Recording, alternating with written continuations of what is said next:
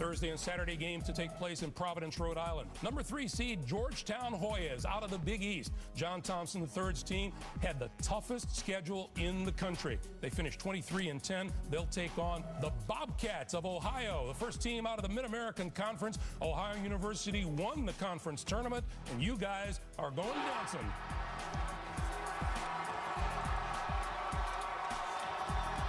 The Bobcats 21-14 on the season.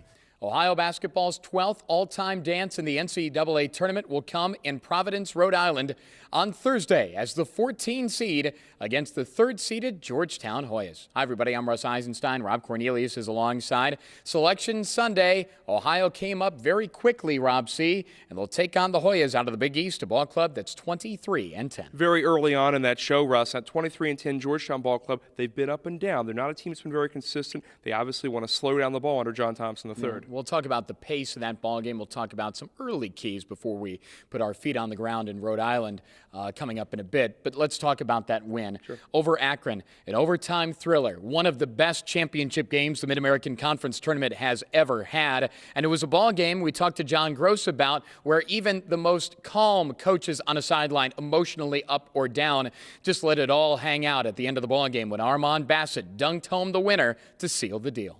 I say all the time to our guys, act like you've been there before, and that was thrown out the window when he dunked the ball and Dustin Ford either pushed me in my back or rear-ended me or something. I don't know what was going on. I got blindsided on that deal, but it was a lot of fun. It was a moment, Rob, where Ohio sealed it with a slam, and Ohio outscored the Zips 13-7 in the extra session. Yeah, Ohio sealed it and went up by 6 points at the close of that game, 81-75. The biggest lead of the game. Armand Bassett got up, put the ball down, and it was a crowning moment, the frosting on the cake, as it were. It's been a very emotionally draining time for this ball club, to be sure. Emotions all over the place. They won a conference tournament game. They're going to the NCAA tournament. Lots of people were here to greet the team as they came back from Cleveland. Then they saw their name pop up on the big screen. This is a time where emotions are all over the place. It's been surreal. You know, it didn't hit me last night or this morning when we got up. It was just unbelievable. You know, this is what you dream about when you start playing basketball as a kid. This is, you know, you're going to the dance. It's just, there's no other feeling like it. Yeah, it's a great feeling. You know, excitement around the school, the campus, you know, the fans. You know, I feel like we got a good draw, man. It's a good team, but I think, you know, we can play with it. For Kenneth Van Kempen, this is the end of his college road. The native of the Netherlands will play in his first NCAA tournament, Ohio's lone senior, and he said he likes the idea of playing at G-Town. I mean, it's a big name in college basketball throughout, you know, the years, you know, and you know, they have some good players in their team that's going to be challenging to play against, you know. So, you know, I think it's challenging. The big man they have is a really good big man, so I have to take that challenge. So the 6-11 game will pit Tennessee out of the SEC and San Diego State, the champions of the Mountain West Conference tournament.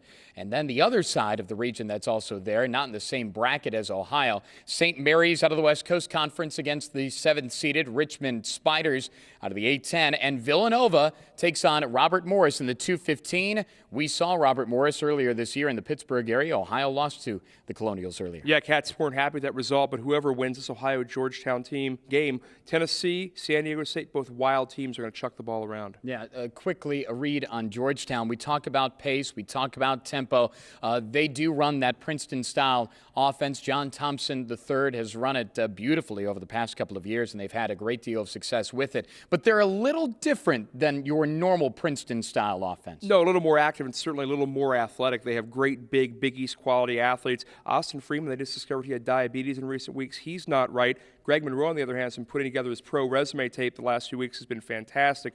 Big, rough, athletic guards could be a hard matchup for Ohio. So it's 3rd-seeded Georgetown and 14th-seeded Ohio on Thursday night in Providence, Rhode Island in the Midwest Regional. The time of the ball game is yet to be determined, but we do know the date, and if Ohio does win that ball game, they'll take on the winner of Tennessee and San Diego State on Saturday. For ticket information, hit up OhioBobcats.com. This will be the site where you need to go for everything NCAA tournament related. The 12th trip to the dance pits the Bobcats and the Hoyas out of the Big East. Now for Evan Shaw and for Rob Cornelius, I'm Russ Eisenstein. We'll talk to you next from Providence, Rhode Island.